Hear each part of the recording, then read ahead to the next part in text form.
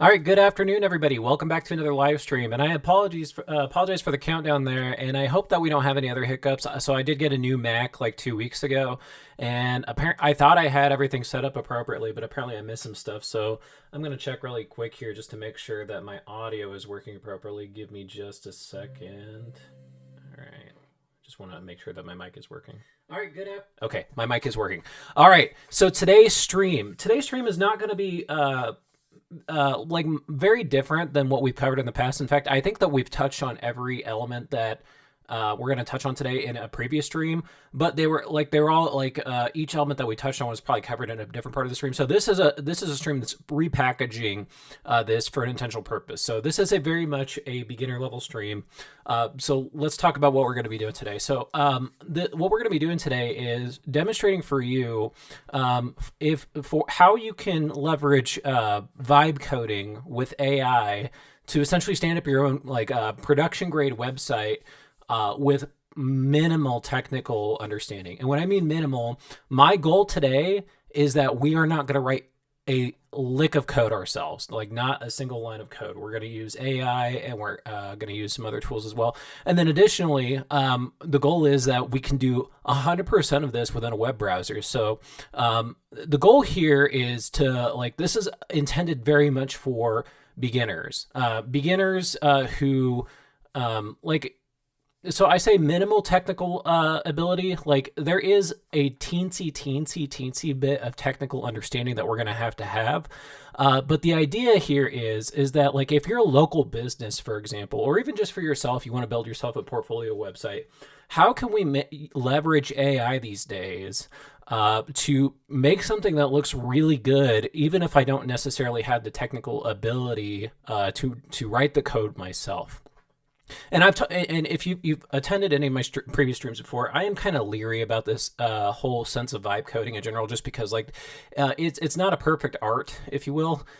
There are risks associated to it, and I will address some of those things along the way of things that where this might be a good idea to do something and where it might not be a good idea to do other things. So I'm going to jump into my screen here. I want to show first just like a diagram that I started to build. We're going to forgive my artistry because I'm building this on the fly. Again, I just want to make sure here for a second to make sure that my audio is working now that I've switched to a new scene. There's like a 15-second delay, so I haven't. So okay, I'm going to jump into my. All right, it's not. All right, hold on just a second. I'm really nervous because I've gotten into one of these streams before where the audio wasn't working at all. Forgive my artistry. Okay, there we go. Okay, it is working. All right. So what this diagram here is just representing, and we're going to add more stuff to it, is basically just representing here is your website here in the middle, and here are your people that are viewing your website. So you might be wondering, well, how does it actually kind of work behind the scenes of how a person is able to view the website? And again, I'm going to try to approach this in as low technical manner as possible. So basically, what you have with the website is a website is always hosted on some form of server. And when I mean server here, I because you've probably heard that word tossed around a lot and you might not know what that means. When I'm meaning server here, I'm talking about just imagine a computer, but a computer that's not designed for a single user. It is designed for many people to get information from it. And so the reason we call it a server is because it is serving that information to you. So this is basically going to be like some sort of computer that's sitting out somewhere. Technically speaking, it could be like a server can be really anything. Like, so if like you had a website that you knew that you were going to use for a very narrow purpose and was maybe going to have like 1 or 2 visitors, you could even use your own like desktop or your own laptop to serve that, or even like a Raspberry Pi. I would not advise that because there's obviously many like things that can go wrong there. Like if you're using a desktop at home, then people could, or your power could go out, or there's security risks, et cetera. So you might be wondering, well, how are we going to deploy our website? And the way we're going to deploy our website, I'm going to wrap a container around here just to kind of show. Let me get rid of the fill here. Get rid of the fill. So here, where we're going to serve our website is a platform called Vercel. And again, we have covered Vercel in previous streams before, but I want to bring it back up here. This triangle here, I know this looks like it's just a basic triangle, but this actually is the Vercel icon. In fact, I'm going to put Vercel here. So Vercel is the platform in which we're going to be deploying our website to. And so basically Vercel is managing the servers and such that our website is deployed to. But you might be wondering then, okay, so yeah, we're going to use Vercel, but how do I actually tell Vercel what my website is supposed to look like? And so again, to be clear, we are going to be using code here. It's just that we're going to be using AI to generate the code. So the way that Vercel works is that, or one way in which Vercel works is you can actually have it build directly off of GitHub. Now I'm going to add another thing here. I'm going to say GitHub. Let's add an icon for GitHub. All right, so this is GitHub, and again, we're going to forgive my artistry here. So GitHub is basically, I want it to go to here. The code itself for building our website is going to sit on GitHub. Now, if you're not familiar with what GitHub is a public platform that many people use for a variety of coding purposes. We share out various code. You can store our own code. If you work for a company and they choose to use GitHub as their primary platform, then you can deploy code from this platform. For this particular purpose today, what we're going to be using GitHub for is to actually store the code that is going to represent what our website builds. And so the way it's going to work, you'll see more tangibly here in a little bit, is that we're actually going to, when we set up a new, because on Vercel they're called projects, when we set up a new project on Vercel, basically what we're going to do is say, okay, Vercel, I have my GitHub account connected, and I want it to point at the specific thing that contains my code. And when I mean thing, I specifically mean a GitHub repository. And the way you can think about a GitHub repository, it's tempting to use the word project, but there is technically a different thing called a GitHub project. I honestly don't know what that is. But basically the way you think about a repository is you think about it as a single grouping of your code that is going to represent some sort of project. I'm trying not to use the word project, but I just can't get away from it here. So again, I'm going to call this GitHub. And then the question might be, okay, so that makes sense. Our code is going to be in GitHub, and then Vercel is going to use that code from GitHub to actually build our website here. How do I actually get the code into GitHub? Well, there's a number of ways in which we can do that. The most common way is typically a typical developer is going to have stuff set up on their local machine, whether that be a Windows laptop or a MacBook or something. And then as they're writing code on their local machine, what we do is call a push. So we're taking that code from the local machine and pushing it up into GitHub.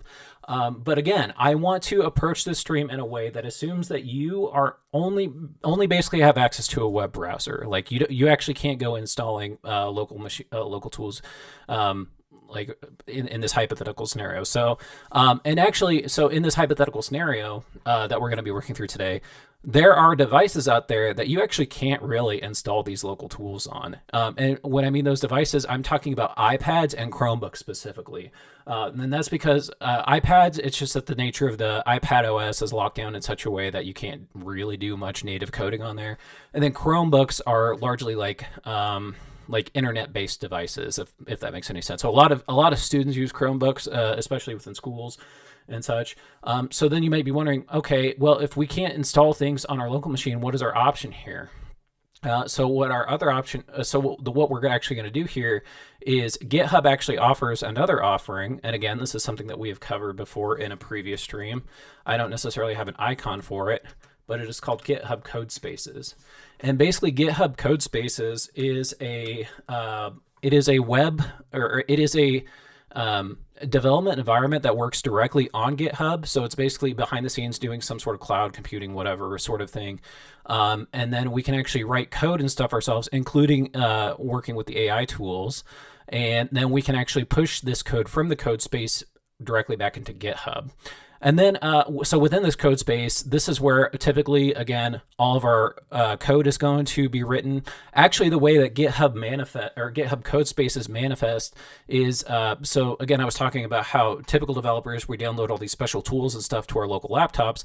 One of those tools, very common tools, is a coding tool, a code editing tool called VS Code, Visual Studio Code for short.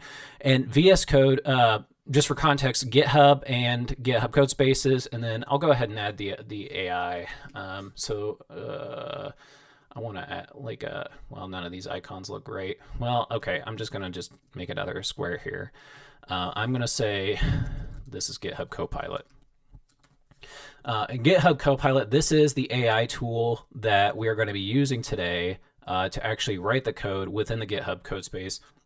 And all of these tools, GitHub, GitHub Codespaces, GitHub Copilot, they're all owned by Microsoft. So everything that we're working with today is essentially a Microsoft product. And so they've done a really fantastic job of combining all these tools together in kind of a seamless way that we can interact with them. I guess I should say Vercel, to be clear, Vercel is not a Microsoft product. This is something completely different. So let me just recap again, if you're just now joining, like how we're going to be building websites. So again, we have our website. Our website needs to be served out on a server of some sorts. For our purposes, we're going to be making use of the deployment platform called Vercel. I guess I should say Vercel has both a free, or what they call a hobby tier, and like a pro tier, a paid tier. When I read the terms and conditions of using Vercel, they note that the hobby tier, kind of like the name implies, as the free tier, is supposed to be used for hobby purposes. So like if you are truly a local business or something, then you're wanting to make use of Vercel as your platform, then you would need to pay for the pro subscription, which I think is like $20 a month, if I recall that off the top of my head correctly. Okay, so that's Vercel. And then again, we are going to have our code stored within GitHub, because Vercel is going to be able to dynamically detect anytime we make any changes to our code here. And then to actually make the changes to our code and stuff, we're going to be leveraging GitHub code spaces, and then specifically the AI tool called, GitHub Copilot. So I hope that makes sense. I guess I should have let off by noting that I am taking questions in the YouTube or LinkedIn chat. So if you have any of those, feel free to drop them in. I'm happy to answer them. Just be aware that there's like a 15-second delay. So it may be a bit before it shows up on my end over here. Okay, so that covers what we're going to be doing today. So step number one is we actually need to build, or we need to create the GitHub repo. And some of this is going to be a little bit hard to demonstrate today, because I've already, like, basically the pieces that are going to be hard to demonstrate today is how to create a GitHub account, how to create a Vercel account, and how to sign up for GitHub Copilot. And I've already done all that. All that to say, though, like if you've ever signed up for like Netflix or Spotify or anything like that, it's as simple as signing up for GitHub that way or Vercel that way. So the very first thing we'll need to do is we'll need to have our own GitHub account. So again, if you've not created your own GitHub account, in fact, is there a way I can show it? I don't know if there's a clean way I can show it, but like basically, like you would just go to, well, let me see, github.com. Well, it's taking me to this view here. I didn't want it to do that. So if you're already signed in, then it takes you to this view. I'm sure that if you just go to github.com, there's like probably a big clear button that notes here's how you sign up. So this is again the dashboard that you will, or something like this is the dashboard that you will see whenever you first log into GitHub. And so I want to note here, there's actually a number of ways to do this. The first thing that we need to do is to create a new empty repository, or mostly empty repository. And again, a repository is where we are going to store our code, and where Vercel is going to note that this code is here, and it knows how to build our website. So I'm going to click this green button here. Now for the repository name, it just can't have spaces or anything like that. So it's common to, instead of use spaces, using dashes. I'm just going to call this test website. It does not matter if we add a description or not. We can, or we don't have to. It's up to you.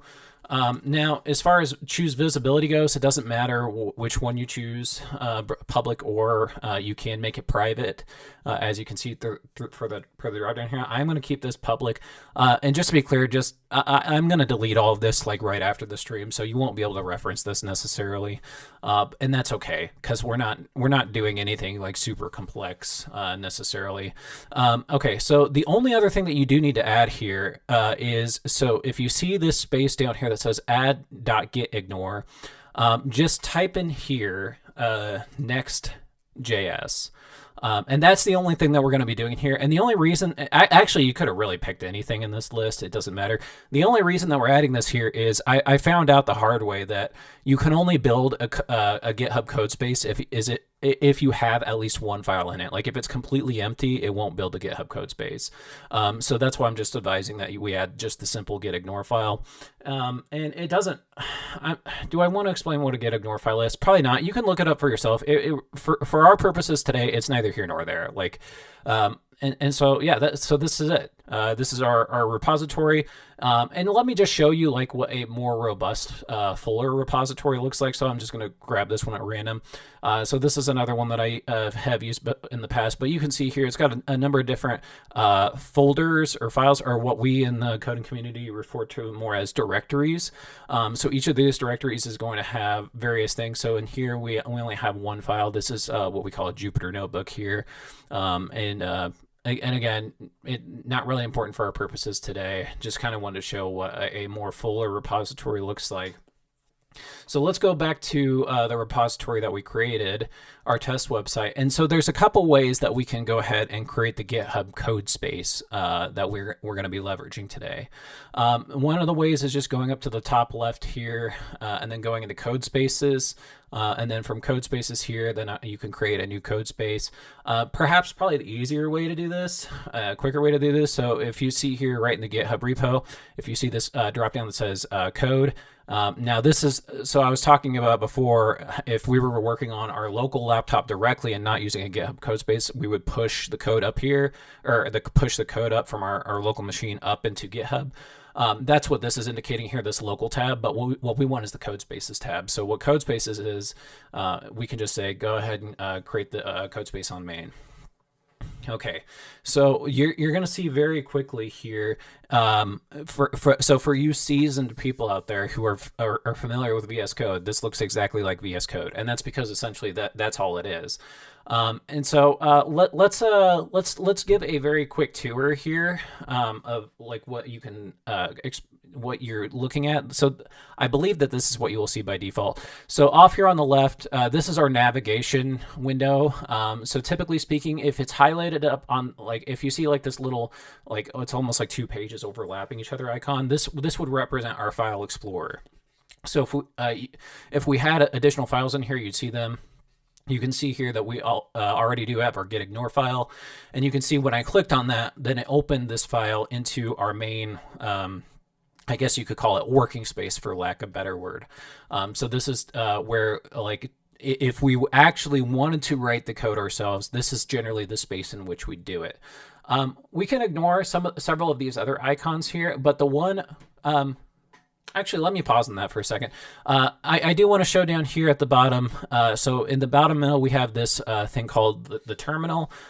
Technically speaking, we don't have to make use of this at all, although I will show one just very, very simple thing that may help make your life a little bit easier, but we'll get back to that later. And then let me move my face out of the way here. So off on the right here, you can actually see this build with agent pane here. And if you don't see it, it may be collapsed down. There's a couple ways to toggle it open. Right next to the search bar up here, you can see like a little, it's like a speech bubble with the like sparkly icons that you could toggle it that way. Up off on the very top right here, you can kind of see a couple icons that show a couple different things. Like, so if like I click this one on the right here, it opens back up the chat here. But basically, this interface over here on the left, especially if you are not familiar with coding, this is going to be your best friend over here, because this is going to be where we actually initiate all of our vibe coding that's going to help dictate the behavior of what we want to see on the website.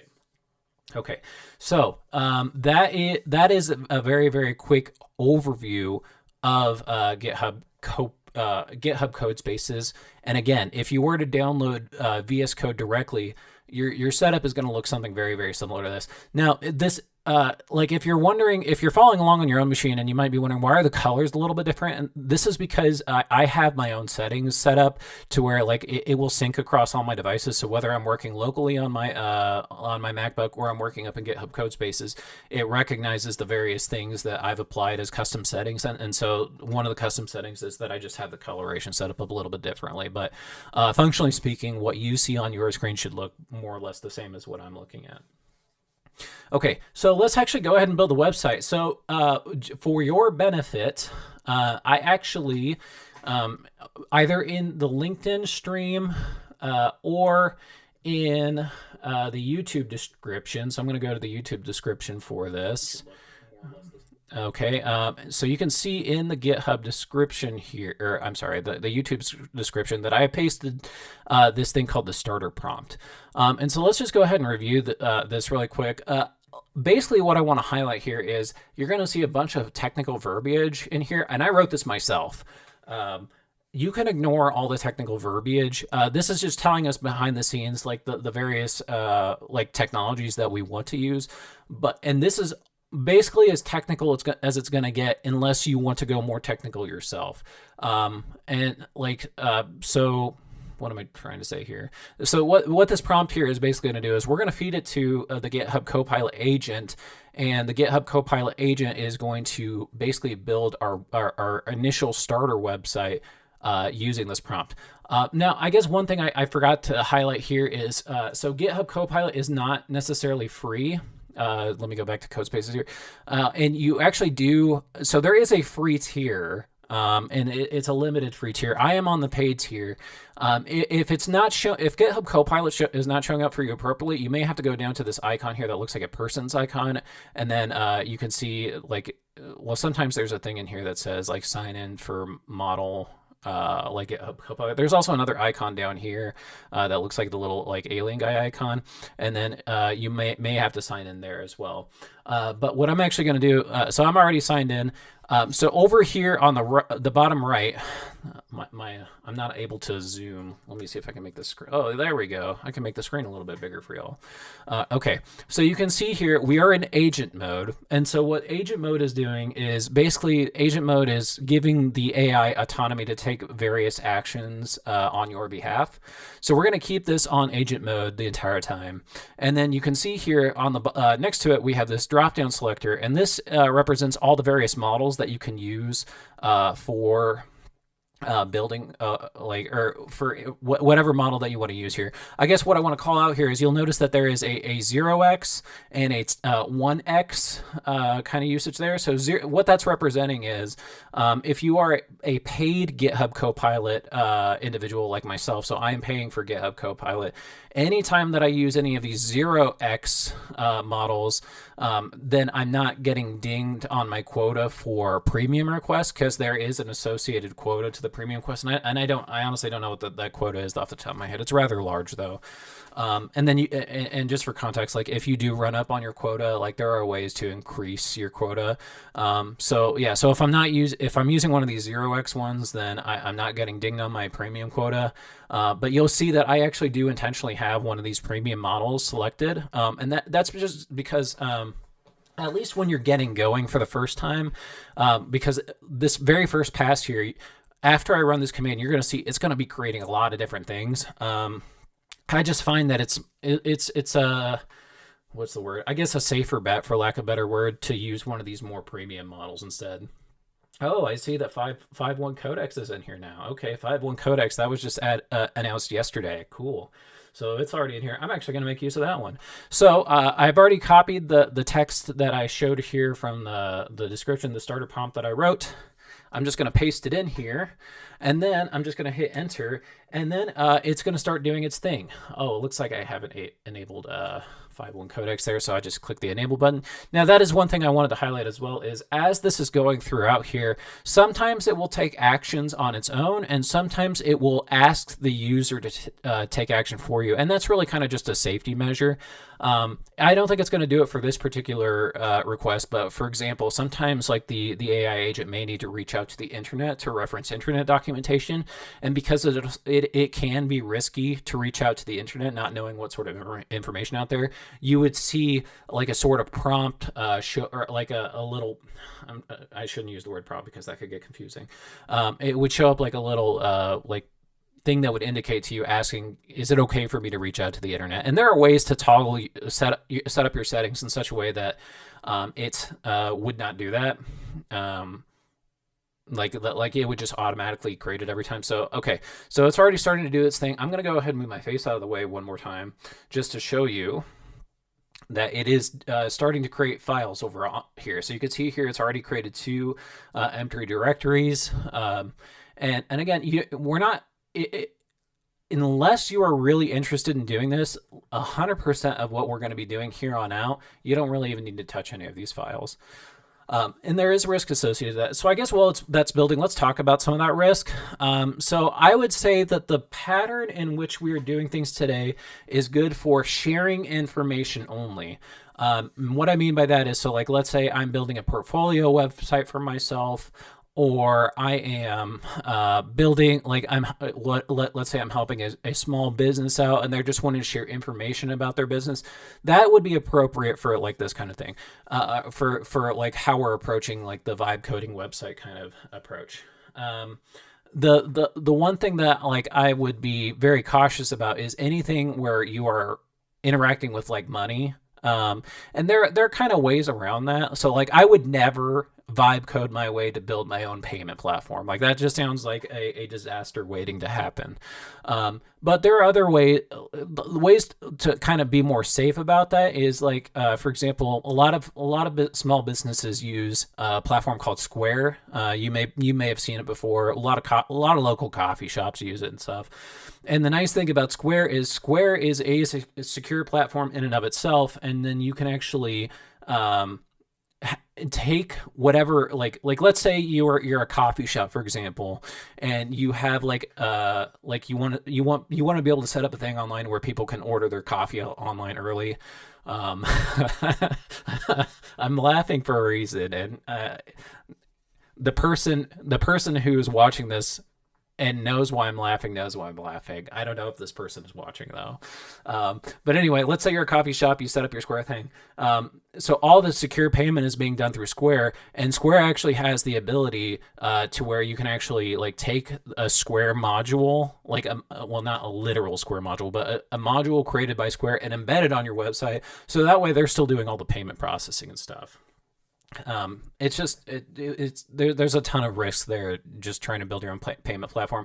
And then also I would also say anything where you would have to have an authenticated user. So like I would not vibe code my way to building like Netflix, for example, like because Netflix you got to be an authenticated user, and I imagine that Netflix has like different like country limitations, I guess you'd say, where like certain content can only show up in like Europe versus the United States. I know that's a really common thing because a lot of people use VPNs to get different content from Netflix that way.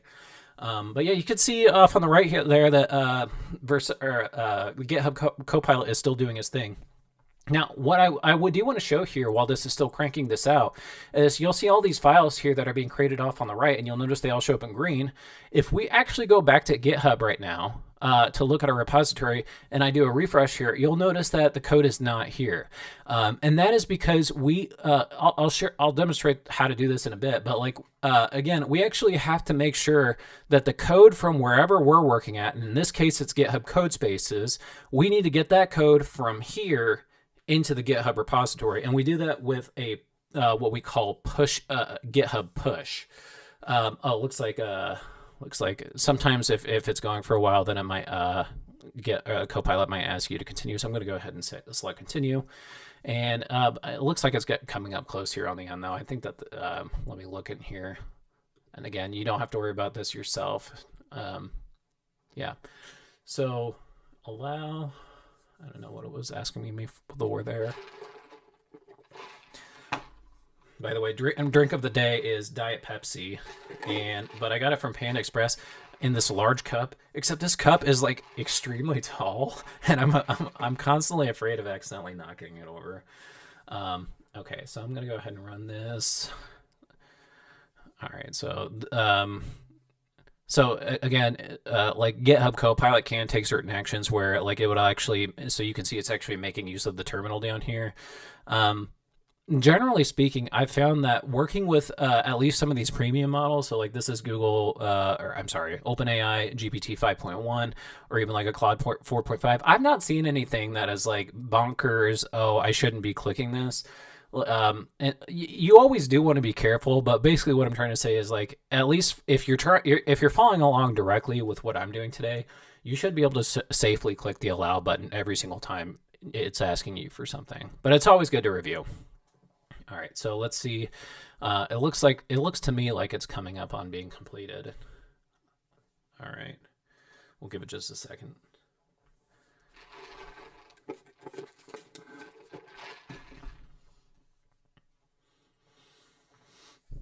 It's taking a little bit longer than I expected. When I did my testing with this, I actually did use Claude 4.5 Sonnet, and Claude 4.5 Sonnet did a good job as well.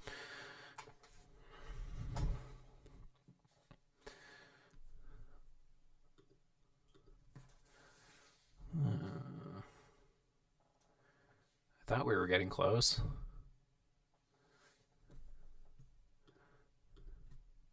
Okay, and I guess one thing while we're waiting here, as part of that prompt that I created for y'all, it also creates something called a README, and a README, as the name kind of implies, is just like a human readable text file that kind of explains what's going on.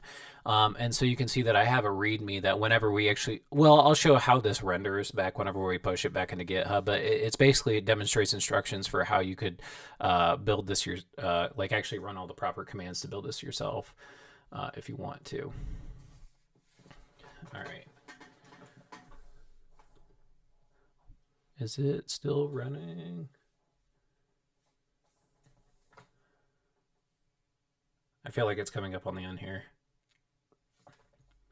Okay, all right, it has come up on the end here.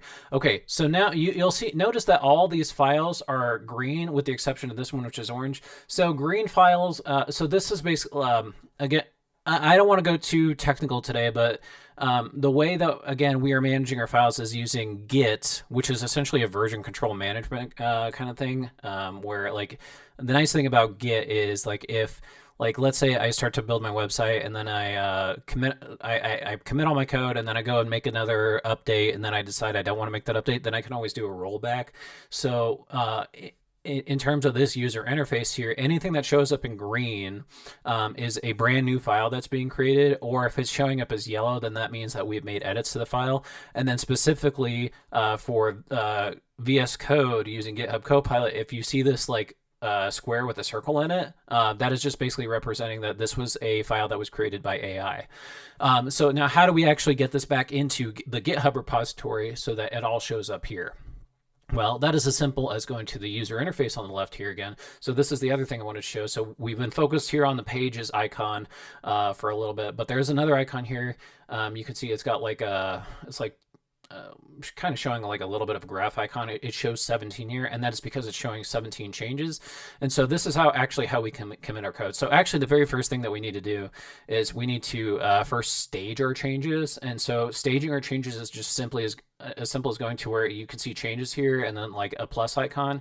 And then when I click this plus icon, now all my stages are changed. And so then the only thing that we need to do is we need to add what we call a commit message. So that's basically saying, okay, what did I actually do here? Like, what did I do with this latest iteration of the code that I'm developing? And then we actually have to push it up. So I could actually, in this message box, I could type here, starting my new website from scratch, or you might have noticed the sparkle icons here. So the sparkle icons is basically just GitHub Copilot again.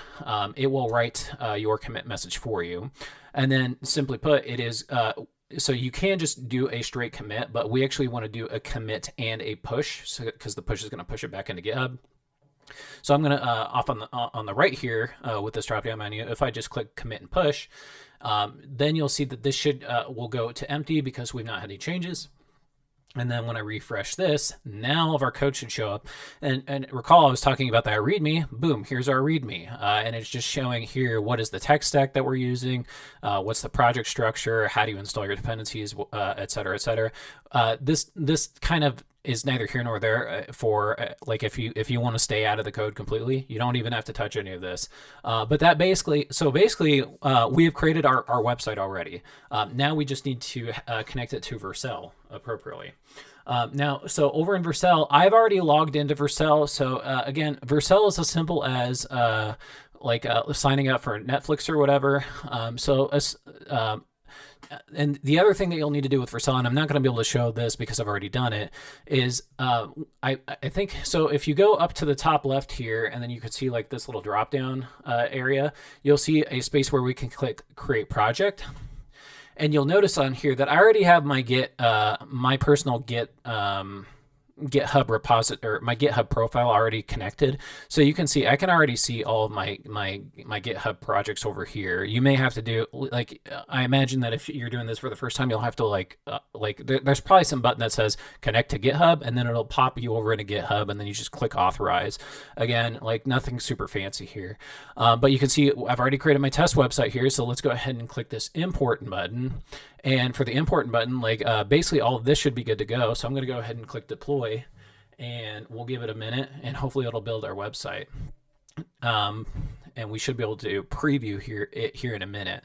Now you might be wondering, is there a way that I can preview the website without actually pushing it and then making it go live, basically? And there is, but this is where it starts to get a tiny bit more technical.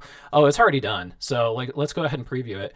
This is the website that was created for us. And this actually looks really slick. Wow. It did a really good job doing a first shot at it. Okay, so that's cool. So let's say that so this is actually live up on Vercel right now. If I gave you this hyperlink, then you would be able to view this right now. So let's say, so I was starting to talk there, let's say that you actually wanted to preview this website yourself without actually pushing it to Vercel. This is where it gets a teensy bit more technical. This is exactly why I had this README created. If you want to run your local development server, all you got to do here is just go into the terminal and type npm run dev.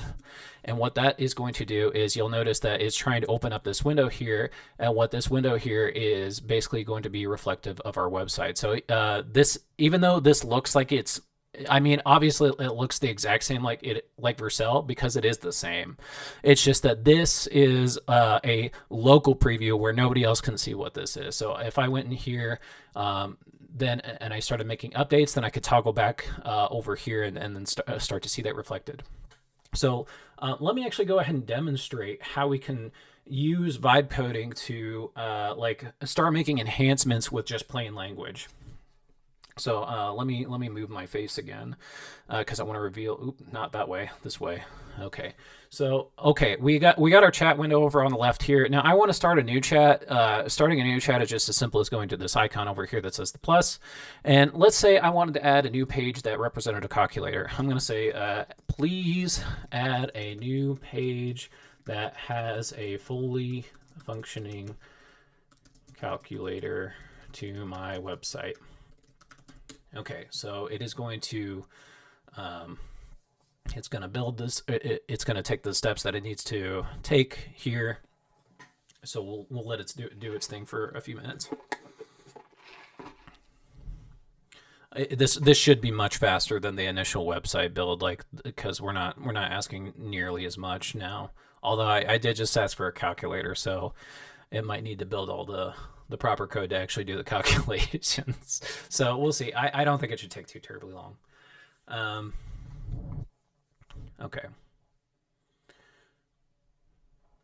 What else do I want to demonstrate here today? But basically what I want to basically the whole process of vibe coding your own website is going to be exactly like what we've already done so far. Basically going back to GitHub Copilot, asking it to do things, going back here, let me move my face out of the way again.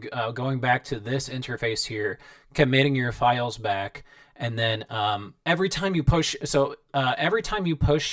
new code back into this GitHub repository, Vercel detects that you've made a new change and then automatically deploys the redeploys the website for you. All right, I've lost my tabs.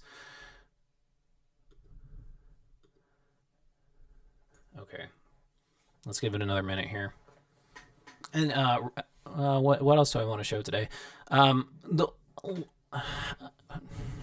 I'm struggling to know how much I want to show just because it is taking the AI. Like, this is not necessarily a fast process. Like, sometimes it can take a little bit for the AI to do its thing. Like, if you're just asking the AI to change the color of a button, like, this would be much faster. But because we're asking it to build a whole brand new web page with a whole calculator, it's taking a beat here.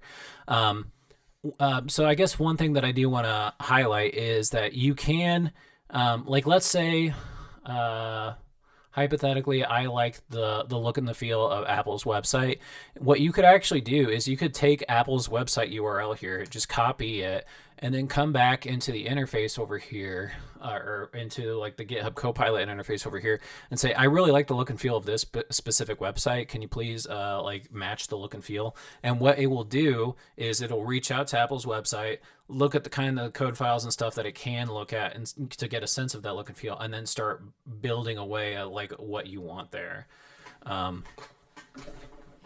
So just so I personally, I don't want to reveal too much. I am helping a local business right now rebuild their website from scratch, but I also am taking the approach of trying to learn the code and stuff. So if you are interested in learning the code, I guess what I would say here is review the tech stack here and see like what online courses you may need to take. So I will say the biggest thing, the two biggest things are the first things that is noting here. We're using React. So React is like a framework that we can use to build websites. And then we're also using Tailwind CSS, and Tailwind is largely used for like all the styling and potentially animations and stuff. Yes, the squirrels are spinning in the cage as fast as they can. I'm just reading the chat there. That's funny. Okay, a calculator was not a good idea because this is a calculator is a little bit more complex than just a standard web page with standard logic or standard information, I guess. But it says it's creating new files. I haven't seen, yeah. I just want to look at what it's created here. I am curious if this is dynamically building this on the fly. Build a local. Where is this saying? Build locally. Okay, I'm going to change the text here. Now, this is actually altering the code itself, and you may or may not want to do this, but I can say, hello. Hello, everybody. Welcome to the stream. And then you'll see over here on the, well, maybe this is not going to work. So I do all my personal coding. I don't use GitHub Codespaces really. I personally use, oh, that's because I stopped running the, did I stop running? Yeah, I stopped running at npm run dev. But this npm run dev thing is supposed to be run. Let's see if I can get it to emulate here. All right, so I'm going to open this, and you should see it right at the top here, the text that I just manually altered. Hello, everybody. Welcome to the stream. And let me say my name is David. And let's see if that will actually, yep, that actually did take. So whenever you have that run npm dev command up, the nice thing about it is it is automatically detecting any changes that you want to make and then go ahead and applying them. Okay. All right. Looks like this is still running. But it looks like it's getting closer. Okay, it looks like it, okay, you can see here it already added the calculator like tab. So let's go ahead and click this to see. Oh, wow. Ooh, that's slick. All right, AI, you did a good job here. All right, let's see if this works. 9 times 99, well, I think that's probably correct. So, but you can see here, ooh, this is slick. Look, even when I mouse over, like it's got these nice little mouse over effects. Yeah, this is looking nice.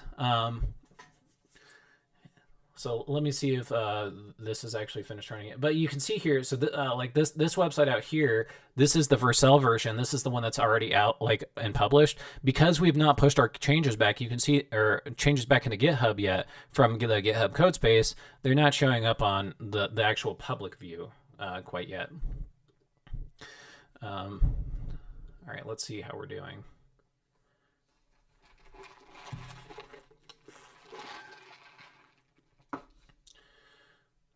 All right, this took way longer than I thought it would. Note to self, don't ask the AI on a stream to build a calculator, but it did a really good job. I'm really impressed with what it built. I really like the look of this too.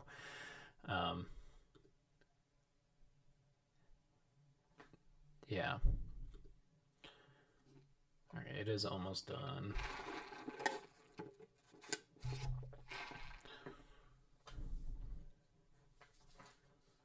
I think it's almost done. You can, some of these models will actually show you the to-dos. That's kind of dependent by the model. Like I don't think Cloud Sonnet 4.5 necessarily does that.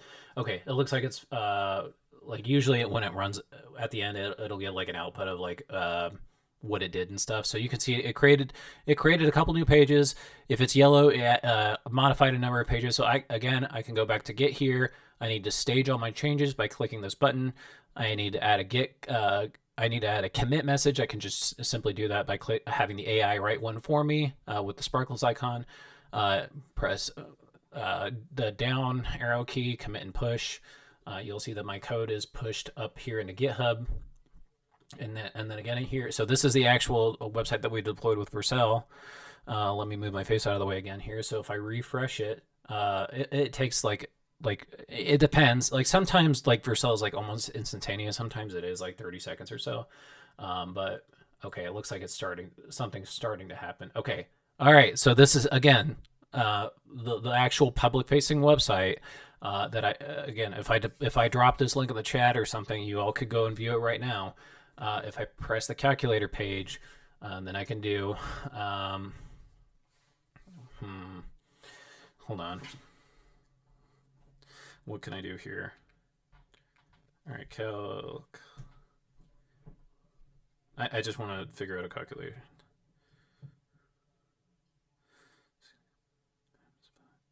Okay, so if I do 335,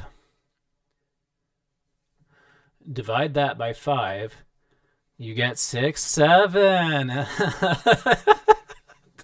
I'm a professional idiot as well.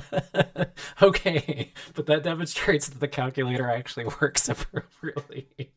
And yeah, that's all I wanted to show today. But your imagination could go wild here. Like with this whole thing on the left, like or this whole navigation. Like if I want to go here and say, please update all the text on the main homepage of the website to be read in the voice of Jar Jar Binks from Star Wars. It should do this all just fine and appropriately. All right, hopefully this one won't take too long. And I specifically honed in on the home page there because I didn't want to have it apply to every single page. It shouldn't take too long though. All right, so it's starting to do its thing. This will be the last thing we do, and then we'll go ahead and wrap up the stream for today. Shorter stream today.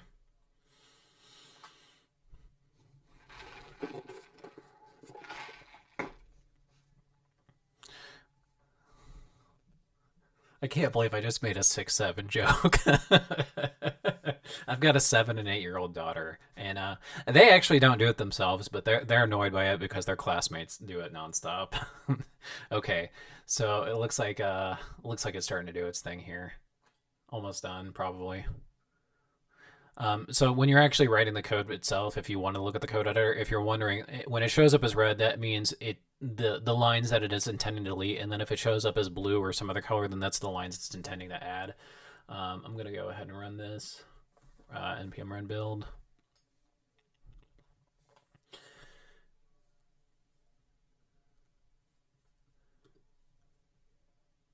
Okay, let me go back home. Oh my gosh. Yep, it did it just fine. So it went ahead. So again, this is just like the preview. This is not actually the public version. So this is still the public version because again, we have not committed our changes. So looks like it committed all those appropriately. It only edited the one file. I'm going to go ahead and stage that. do a commit message, commit and push. And you can see here, again, I want to remind you all, aside from the one time when I edited the title, we didn't touch the code at all. We just had the AI do everything for us. So again, now that I pushed this up, you should be able to see that it on the public facing version that it has rebuilt appropriately. Okay. That's all I wanted to show today. That is how you can vibe code your own website in a sort of production grade manner and not have a single tool installed to your machine. And you can do everything up like in the web browser, basically in the cloud. I guess I should note that GitHub's Codespaces does have like a quota associated to it, but it's really high. Like I want to say for like free on the free tier, it's like 100 hours or something like that a month. And then you can pay more to get like more, but like if you're a like a seasoned software engineer or somebody that's like actually interested in software engineering, I actually wouldn't recommend go GitHub Codespaces necessarily. I would just recommend just downloading VS Code directly on your machine, and then you can do exactly every single thing the exact same way. It's just that you're working on your local laptop instead of working up in GitHub Codespaces. So, all right, that's it for today. I will get my countdown fixed for the next time. I apologize again for that. So if anybody's here in town, my daughters are really into Bloomington Bisons, the ice hockey. So I will be there tonight. So if you're around and you happen to see me, wave and say hi. And yeah, that's it for today. Hope you all have a good one. Bye.